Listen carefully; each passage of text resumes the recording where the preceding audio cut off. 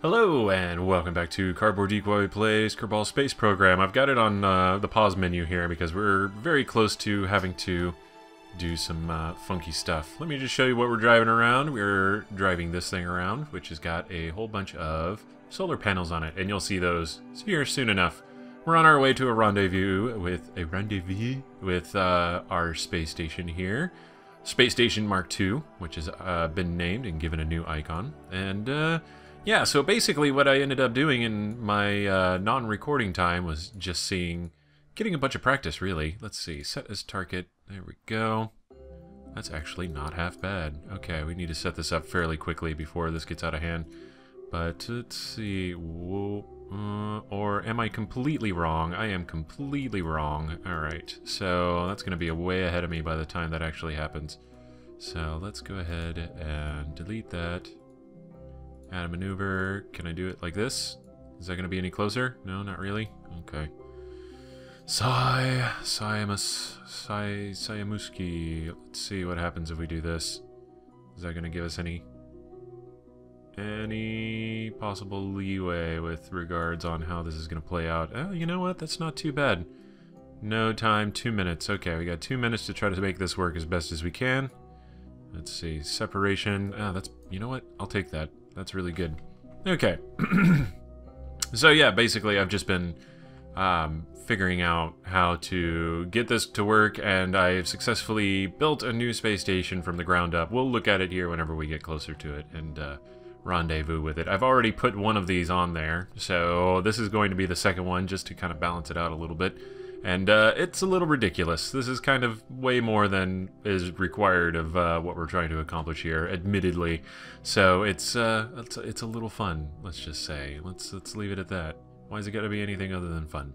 Either way, we're gonna have this burn here coming up fairly soon for only about 2 seconds. It's gonna be a little bit longer because I'm not going full blast, but.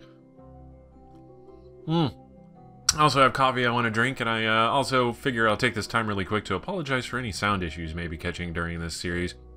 For whatever reason, it has definitely been one of the harder series to try to balance sound on. Like, it's just been ridiculous. Either the rockets are way too loud, so I've got to mess with the levels on that, or the music is crazy, and I'm trying to compensate for that at the same time, and just the whole thing has been kind of a nightmare. So I messed with the sound in-game again. To try to hopefully lower down the volumes and make all of that a little bit more manageable. So if y'all are having any problems with it, please let me know. And then, especially if you have any particular suggestions as to how I might go about trying to ameliorate such a thing. Let's see, if we take away the node, let's do that. And whoa, that's 0.6 kilometers. That is crazy good. All right, cool. So we're gonna go ahead and move things around like this. And then I'll show you some of the new tricks and how to read the nav ball coming up here pretty soon. Okay, and we're speeding up, speeding up, speeding up. Okay, and now what we need to do... Alright, good. We're already oriented towards target. So there's our station. It is 3.1 kilometers away and closing. We're going to wait for it to get a little bit closer, but first of all we need to orient to... Whoa, retrograde. Now, notice we are oriented to target, so this is actually our direction in regards to the station itself. Okay, whoa, it's going by really quick. Okay, we need to do this. Alright. And that's going to kill our relative velocity very quickly. And as you can see, that's exactly what we want to have happen. Whoop. Okay, cool. Now we are going in the opposite direction a little bit. So let's go ahead and turn this puppy around and try to get our speed down to as little as possible, which we might actually do with, our RCS fuel, so, or monopropellant, or whatever you want to call it. So here's how we're going to do this. I've been practicing, and I've learned some tricks and some good things that are hopefully going to help. Notice the wobble. I forgot, I thought I put struts on it, but I must have changed something that took the struts off, so there's no struts, and so there's a ton of wobble, and this kind of upsets me a little bit. So let's see if we go towards that. There we go.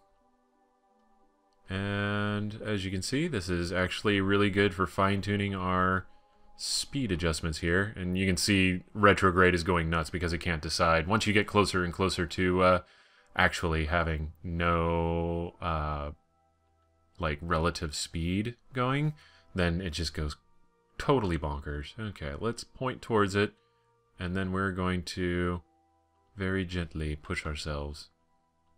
Okay. Okay, so that's 5 a second. 5 meters a second isn't too bad. We can actually go ahead and speed this up a little bit. So, and our prograde is just about where our target is. Oh, it's a little off to the side. Okay, and then we need to end ourselves to a relative stop. Okay. Okay. Whoa. Wobble wobble. Alright. Maybe not the best use of monopropellant ever, for sure, but, you know, it works. It gets the job done exactly where we need it to get done, so... Oh man, look at that friggin' marker go haywire. Okay, we've got just about as close to 0 as we're gonna get. So, here's our station. You can kind of see I have our big long pole here. Let me go ahead and we'll switch to it. So this is what that arm looks like, completely unfurled, and it's totally stocked up with crew, which took a couple tries, but, you know. It's got full electric charge, tons of batteries. This is way more than you would actually need, so keep that in mind. I am aware. And then, yeah, just a ton of docking ports for whatever we happen to want to attach to it that might fit. So we've got kind of a relative idea of what's going on here, and it looks pretty snazzy. So we're going to go maximize the snazzy just a teensy bit and try to get this going, and... then we will be done with our construction for now, and we can start trying to think of what it is we want to actually do with it. And I have some plans, I have some ideas as for what that actually is. Let's see, we are going to decouple node, and then we'll switch to this, which has some probes on it. Quite handy. Oh, wrong way. Let's go this way. Okay, cool. And yes, so as you can see, we now have this piece is separating. Our main ship is totally fine. I'm going to drink some more coffee. Because let me tell you, I'm getting pretty jazzed again about, there we go. Oh, no target. Come on, target. Target this guy. No target. Could you please? Hold on, let's zoom in. Lunar station, set as target. Okay, cool. So, that's just going to make things that much easier. We're going to aim for about here. And try to go like this. So you can kind of see what I'm doing here. Alright. Or I'll wait for us to start ascending again. Ah, it's beautiful, isn't it? I love the floatiness of it. Like, that's by far my favorite part of kind of doing this kind of stuff. Everything's just so damn floaty. Alright, are we going to start ascending soon? Yep. Okay. Okay, let's go ahead and... we've got just enough goodies on this thing to get us oriented however we happen to want. Okay, so, what have I learned in my off time here? I have learned to try to get some of this stuff figured out as soon as possible. Mainly, and by what I mean by that is, like, controls and figuring out my orientation and things like that, so... okay. Alright, and then what we want to do is make sure whenever I hit these buttons... oh man, that's totally crazy. Okay, cool. So I have an idea of what's going on here. Give me a second. Let me see. That's... okay. Alright, here's how we want to play it. Yes, okay. So I've got it oriented, so that's my I button. So that makes the most sense to me. Kind of that reversed... aeronautical sort of controls setup. Let's see if that makes any sense. Oh, I assume it does, but I realize it probably won't. Because I don't know the proper terminology for things. That's a personal problem. So, okay. And then we very slowly kind of just adjust speed one direction or another. Okay. Good stuff. And I want to get it on the matching docking port for the other side. That's the ultimate goal here. And... we'll also try to line it up so that we match on how our solar panels are arranged as well. That's the goal. Let's see. How far away are we from it? We're a good distance. Okay, cool. That doesn't make me nearly as nervous as it could. Okay. And then... okay. And up a little bit. This is all the fine-tuning adjustments that you've seen before, except I have a little bit more of a hang on how to do it now. So, yeah, I have been playing the crap out of Bayonetta 1 and 2. I beat 1 in the space of a day. I basically was like, okay, let's get this out of my system. I need to be able to focus on making sure my Kerballs are able to explore space carefully. So, just to show you where my priorities are, clearly. Let's see... Okay. We're looking pretty good. We're on a decent approach here. And now what I want to do is turn it just a little bit so that whenever I unfurl my solar panels, it's going to have them... whoa, whoa, whoa, whoa, whoa. Yes, okay. I can handle this. This is cool. Okay. And, yeah, so hopefully if I want to use that other docking port at some point, it won't be completely impossible to maneuver around the extended solar panels, although, you know, it's not going to hurt to actually retract them as well to just make things a little bit simpler. Okay, that's pretty good. And then... Okay. And... Stop right about there. Okay, keep in mind we're at kind of a weird perspective view here. So, whoa, okay, no, go that way. Alright, this is where it gets a little tricky with combination RCS and SAS trying to fight each other, but honestly I don't have a very good method for dealing with that in a way that would be copacetic with both systems that I know of, aside from getting like mech jeb, but this is kind of fun just trying to figure this out on your own for the time being. Okay, now we're just going to give it a tiny push. Alright, perfect. Oh, wrong way. And we're closing in. Whoa. Whoa. Whoa. Serious time.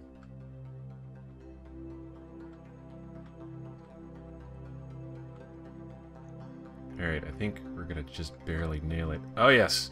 Oh yes, come on, get in there. Get in there, you can do it. Very close. Yes! Okay. That's another attached piece. I feel like I have accomplished a great deal of good things here. So we're gonna go ahead and have these things open up. And open up. And open up. So you can kind of see, yeah, I have been practicing. I've got most of the spaceship fixed where we would want it, and everything is relatively operational in a really nice way.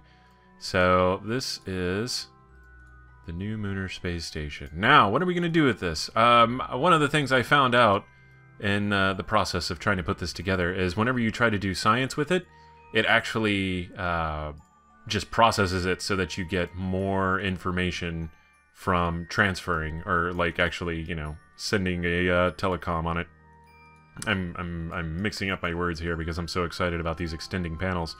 But yeah, basically, suffice to say, what's going on is that I can't necessarily get all of the research I thought I could from having the science station. It's going to make it a lot easier to kind of get a lot of science, but it's not going to be anything super crazy like I was originally thinking. So I've got a couple creative ideas of what to do with it. And maybe a few things we can kind of experiment with in the hopes of still maximizing the amount of science we can get without having to basically run about 1,000 lander missions. So I'm going to time warp for a second, since everything is pretty safe, until we get into the sunlight here, so you can get a real idea of what's going on here. Look at it. Look at it. And look at that. It hasn't really gotten any closer or further away.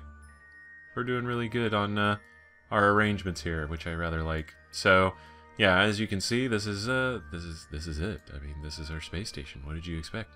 So, yeah, we're going to go ahead and switch back to our main ship here. We're going to grab whatever science we still can. Okay. And we're going to keep data, and I'm pretty sure we've gotten all of the mystery goo data that we possibly can. Yeah, that's not going to return any science. We'll go ahead and do a crew report. That's not going to give us anything. What are we over right now? Let's see. Is this the western crater or the eastern? Oh, this is the eastern crater. Okay, you know what? We might go ahead and... Let's see. We are... Make sure we don't actually hit this thing. That would be embarrassing. Yeah, we're moving further and further away from it, so that's good. Okay. What I'm trying to do is look for a significant landmark that we pass over so that I can hopefully grab some data off of it with an EVA. So that is what we're doing right now. Right now, I'm pretty sure this is all considered the Midlands. Ah, here we go. Here's a nice crater. Let's go ahead and EVA Jonathan Kerman. We did kill somebody in the process, by the way, and I can't remember. It was one of the orange ones, and I think it was Bob Kerman, maybe. So rest in peace, Bob. I'm sure we'll be able to hire you later. EVA report. Yes. Okay. Keep data. Board. And then review data. Let's see. Review stored data. We'll send that home. And yeah, we got plenty of electric charge, I imagine. Yeah, we're fine. We're totally fine. And yes, so we got some data from that crater. And then there's, yeah, there's kind of this scar here that I think counts as a, like a landform or a biome or whatever you want to call it. So let's go ahead and try to grab that. So we'll do EVA and EVA report. No, just above the moon's highlands. Okay, never mind. We'll go ahead and board. Okay. There's our lunar station getting further and further away. So, that didn't count. There's one more crater on the other side, naturally, that I want to try to get before we go back home really quick. So, there's like an eastern crater and the western crater, and I think this is the western crater. So, let's see if we can grab this EVA. Okay, zoom in. EVA report. Moon's far side crater. Okay, cool. So we've already gotten that one too. So we're basically good. Alright. So now we just want to go ahead and unset our target. Whoa. Unset target. Okay. Everything's all wobbly. I hate that. Okay. So we're going to add a maneuver here. And just however we need, whatever we need to do to get home. That's what we're going to do. And then we'll move around. Check our monopropellant. Now, the only problem with this ship's design is that it is not very good at surviving any kind of landing. So, the tricky part about preserving the science on the pod is we have to make sure it's a terrestrial landing and not a water landing, otherwise all the pieces fly off and then we don't get any of the research. So, that's a little bit unfortunate. I haven't quite figured out or mastered the techniques of creating a always gonna land properly kind of ship. But really, what can I say? Maybe I'm just not that good. Oh, no, not yet. Not yet. What am I doing? Okay, we have 39 minutes to go. So we're going to zoom around very quickly. Whee! The station's pulling away from us. Faster and faster as it goes. And 2 minus 2, 18, blah, blah, blah. Stuff. And coming up on it pretty soon here. 4, 3, 2, 1, 0. Okay, cool. Slow it down. Adjust. I guess we just have to adjust.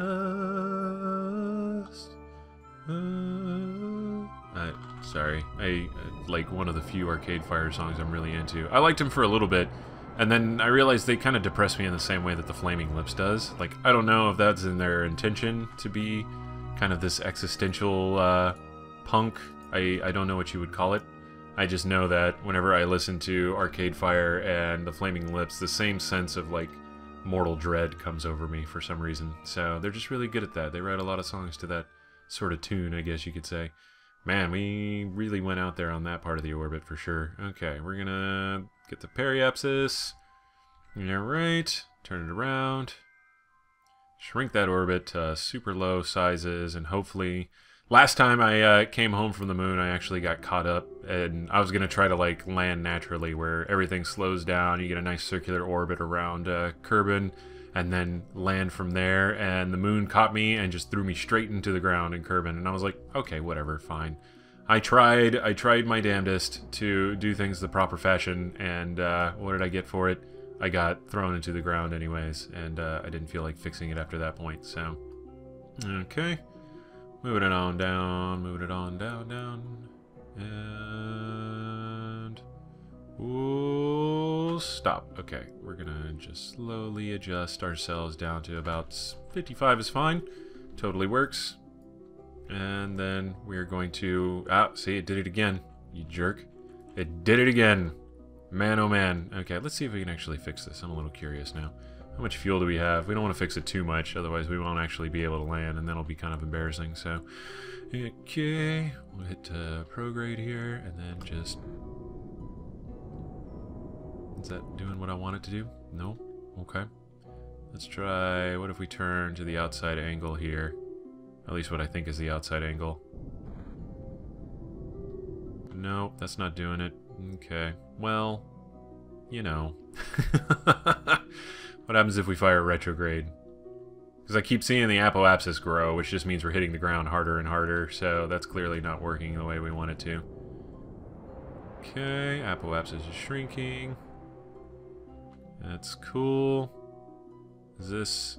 Let me see. Yeah, that's going to be... I forget the name of it. But that's the one angle that does stuff. Okay. Nope, we want the other one. Alright. I'm just playing around now. Just being like, okay, how do we rescue the crew here? Okay. I will probably finish up this launch before ending the episode, so I realize I'm probably going over, and that's fine. Let's go like this. This is all educational now. This is important stuff for your astronaut training in the future that you'll surely be participating in, along with me and everybody else who ever played this game and ever wanted to be an astronaut. Okay. Reason and accountability be damned. Alright. There we go. There's periapsis. And a little under 60,000. That's what we wanted before. Screw you, Moon. I can fix my own problems. Alright. And then we'll just come in very quickly here. It is possible, I've said this before in a different video, but it is incredibly possible to go so fast on your time warp that you'll go through the planet. I've done that. Like, it just picks up the orbit on the other side of the planet and doesn't even register. And it's kind of humorous. It makes me laugh, maybe just a little bit. And, yeah, so let's go ahead and see what happens. This is going to be part aero braking, part actual braking, and then hopefully no crashing. Okay. Alright. So here we go. This is the direction we're headed. Or, well, against it is where I'm pointing, technically. So we'll wait until we actually skip across the atmosphere here. Aero braking is going to do a lot of our work for us here. Okay. And by aero braking, it just means you're passing through the atmosphere and it's bleeding off speed as you go. So you can see the effects out here. This is a really good way if you're low on fuel. See, it's just coming down just a little bit.